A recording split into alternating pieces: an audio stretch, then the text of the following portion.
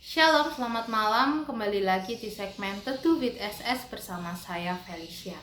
Pada kesempatan malam hari ini, mari kita bersama-sama belajar akan kebenaran firman Tuhan yang saya ambil dari 1 Petrus 5 ayat 8.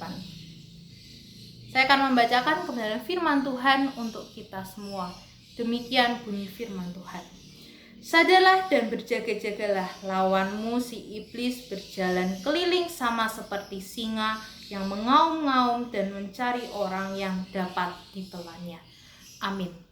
Renungan pada malam hari ini saya beri judul P3D, pertolongan pertama saat jatuh di dalam dosa. Bapak, Ibu, Saudara-saudari yang dikasihi oleh Tuhan Yesus Kristus, apakah Bapak Ibu pernah melihat gurita cincin biru? Gurita cincin biru adalah hewan yang tergolong eye-catching. Bagaimana tidak? Kita bisa melihat dari penampilannya sangat cantik dan unik, di mana ada cincin-cincin biru yang mengelilingi sekujur tubuhnya. Meski begitu, kita jangan tertipu dengan penampilannya, apalagi kita sampai menyentuhnya.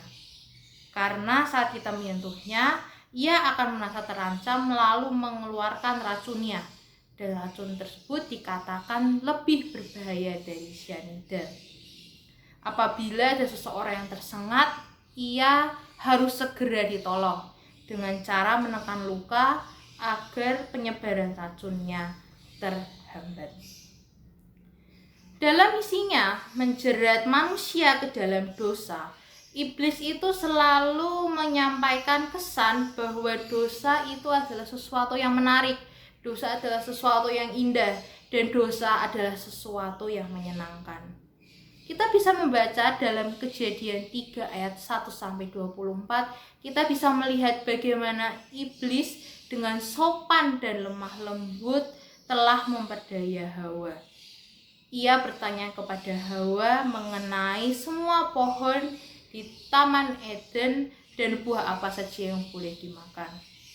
Saat Hawa memberi penjelasan, iblis menyampaikan pendapat kalau buah pengetahuan yang baik dan yang jahat itu tidak membuat Hawa mati, justru membuat Hawa akan menjadi seperti Allah, mengetahui mana yang baik dan mana yang jahat. Akhirnya Hawa pun terpikat dan tidak peduli lagi dengan perintah Tuhan. Kita tahu konsekuensinya, Adam, Hawa, dan ular menerima kutuk dari Allah dan diusir dari Taman Eden. Bapak, Ibu, Saudara-saudari yang dikasihi oleh Tuhan Yesus Kristus, kita harus ingat kalau iblis yang menjerat Hawa, yang berhasil menjatuhkan Hawa, itu masih giat bekerja hingga saat ini. Oleh karena itu kita harus selalu waspada dan tetap hidup di dalam ketaatan. Pada malam hari ini saya akan memberikan bagaimana caranya supaya kita menjadi anak-anak Tuhan yang tahan akan godaan iblis. Karena kita tahu godaan iblis itu sangat menggiurkan, sangat menyenangkan, dan banyak manusia yang terjerat dalam jebakan-jebakan iblis ini. Ada 6 tips yang akan saya berikan. Yang pertama yaitu berdoa. Kita tahu doa itu besar kuasanya. Kita berdoa agar Tuhan menuntun kita untuk menjauhkan diri dari keinginan daging dan jerat-jerat iblis. Dengan berdoa, hati dan pikiran kita itu akan tertuju kepada Tuhan. Yang kedua, berpuasa. Berpuasa mengajarkan kita untuk lebih fokus lagi, hidup kudus seperti yang Tuhan inginkan. Dan doa dan puasa itu sangat besar kuasanya. Yang ketiga, berserah. Kita melakukan upaya untuk terhindar dari godaan iblis, itu bukan hanya kekuatan kita saja, tetapi juga ada campur tangan Tuhan di dalamnya. Oleh karena itu kita melakukan sesuatu, kita berusaha dan kita menyerahkan segala sesuatunya kepada Tuhan, dan biarlah Tuhan yang berperang untuk kita. Dan poin yang keempat yaitu bersekutu. Bersekutu, kita beribadah, menjalin komunitas dengan saudara-saudara seiman kita dapat menjauhkan kita dari godaan iblis. Karena kita tahu godaan iblis ini berasal dari banyak hal. Bisa dari keluarga kita, bisa dari teman kita, bisa berasal dari lingkungan sekitar kita. Oleh karena itu, dengan bersekutu kita menguatkan iman kita, kita berkomunitas, kita berkumpul dengan saudara-saudara seiman kita. Poin yang kelima yaitu membaca firman Tuhan.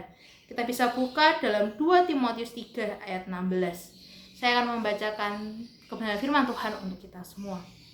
Demikian bunyi firman Tuhan. Segala tulisan yang diilhamkan Allah memang bermanfaat untuk mengajar, untuk menyatakan kesalahan, untuk memperbaiki kelakuan, dan untuk mendidik orang dalam kebenaran. Amin.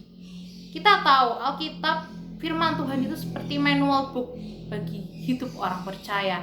Kita bisa membaca dalam 2 Timotius 3:16 ini bahwa firman Tuhan itu bermanfaat untuk apa? Mengajar, untuk menyatakan kesalahan, untuk memperbaiki kelakuan, dan untuk mendidik orang dalam kebenaran. Mari kita lebih dalam lagi untuk membacakan kebenaran firman Tuhan. Dan terlebih lagi, tidak hanya sekedar dibaca, tentu saja kita harus melakukannya dalam kehidupan kita sehari-hari. Poin yang terakhir, Roh Kudus. Biarlah ada Roh Kudus di dalam hati kita, di dalam pikiran kita, mengingatkan kita saat kita mau berbuat dosa. Seringkali apabila kita melakukan sesuatu yang salah, sesuatu yang tidak sesuai dengan kebenaran firman Tuhan, seringkali di hati kita ini merasa ada sesuatu yang mengganjal dan tidak enak rasanya, karena ada Roh Kudus dalam hati kita yang mengingatkan kita, memberikan warning kepada kita. Nah, 6 tips tadi agar kita kuat menghadapi strategi-strategi iblis, yaitu berdoa, berpuasa, kita berserah, bersekutu, membaca firman Tuhan, dan hidup dalam Roh Kudus. Nah, lakukan semua itu dengan ketaatan, lakukan semua itu dengan setia. Saya yakin kita sebagai manusia, ada saat kita mungkin mengalami banyak masalah, maka iblis akan menggunakan celah-celah tersebut untuk masuk dalam kehidupan kita. Oleh karena itu, banyak sekali juga manusia yang tidak kuat akan godaan iblis, karena sudah seperti yang saya katakan, godaan iblis ini sangat menggiurkan. Nah, apabila kita jatuh dalam dosa, saya akan memberikan tips pertolongan pertama saat kita jatuh di dalam dosa. Jadi saat kita melakukan kesalahan, kita jatuh dalam dosa, apa yang kita harus lakukan? Yang pertama, mengakui dosa kepada Tuhan dan saudara seiman. Kita bisa membuka di dalam Yakobus 5 ayat 16. Saya akan membacakan kebenaran firman Tuhan untuk kita semua. Karena itu hendaklah kamu saling mengaku dosamu dan saling mendoakan supaya kamu sembuh. Doa orang yang benar bila dengan yakin didoakan sangat besar kuasanya. Amin. Saat kita jatuh dalam dosa, hal yang pertama kali kita lakukan itu kita ambil waktu, kita mengakui dosa kepada Tuhan. Kita ceritakan apa yang kita rasakan kepada Tuhan. Yang kedua, kita mengakui dosa kita kepada saudara seiman kita. Kita mengakui pada komunitas kita, saudara-saudara seiman kita, satu komunitas kita.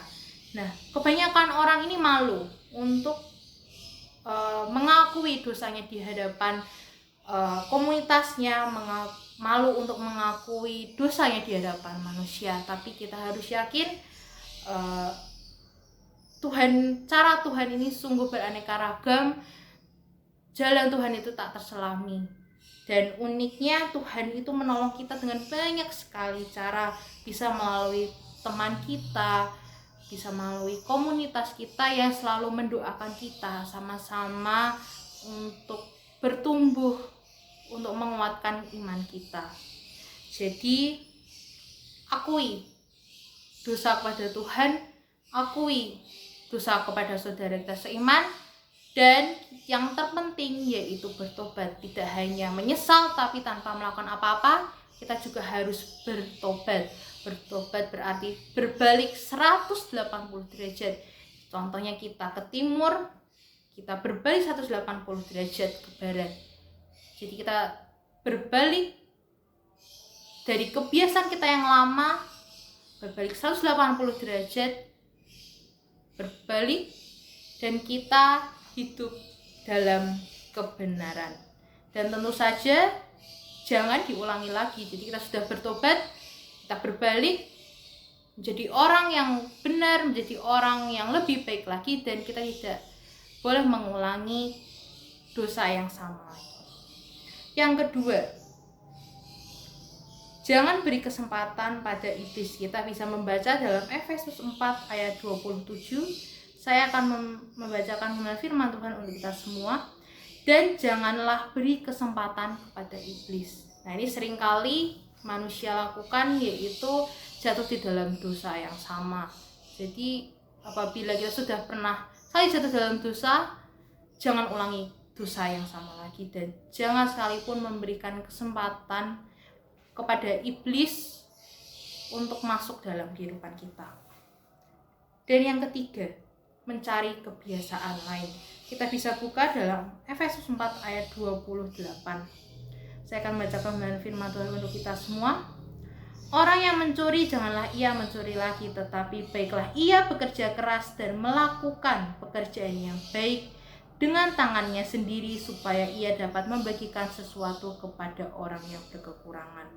Nah, salah satu masalah manusia saat ini adalah mereka melakukan dosa itu sangat susah untuk dihilangkan, karena dosa itu sudah menjadi bagian dalam kebiasaan mereka, menjadi bagian dalam kehidupan mereka.